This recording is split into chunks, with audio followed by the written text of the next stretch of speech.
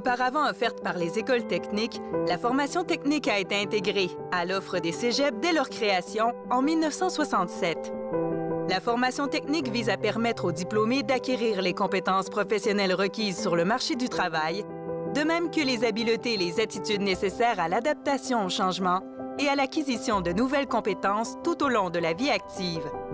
Les programmes de formation technique sont habituellement d'une durée de 3 ans pour les programmes menant à un diplôme d'études collégiales ou DEC, ou d'une durée variant généralement de 6 à 18 mois pour les programmes menant à une attestation d'études collégiales ou AEC. Au 31 décembre 2017, on comptait 112 programmes de formation technique menant à un DEC et plus de 1000 programmes menant à une AEC. À l'automne 2017, 114 532 étudiants étaient inscrits en formation technique, dont 91 764 à un programme menant à un DEC et 22 768 à un programme menant à une AEC.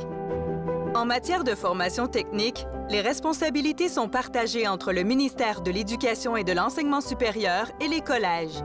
Les travaux du vérificateur général visaient à s'assurer que l'offre de formation technique est déployée par le ministère et les collèges de façon efficace et efficiente et que le ministère et les collèges ont mis en place des mécanismes efficaces et efficients pour assurer la qualité des programmes de formation.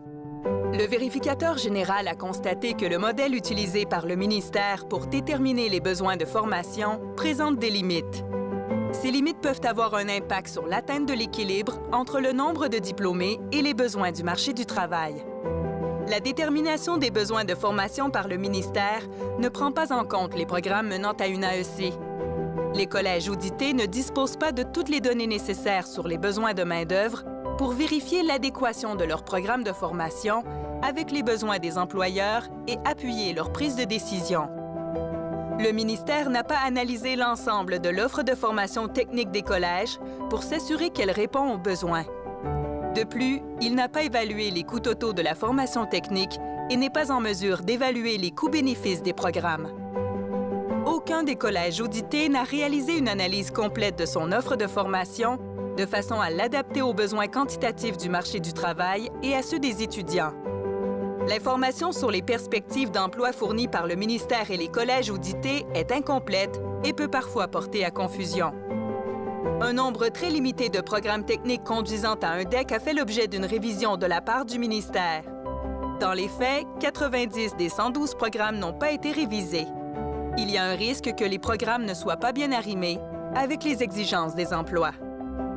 À la lumière de ces constats, le vérificateur général a formulé des recommandations auxquelles les entités auditées ont adhéré.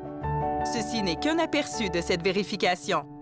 Nous vous invitons à consulter le rapport entier au www.vgq.qc.ca.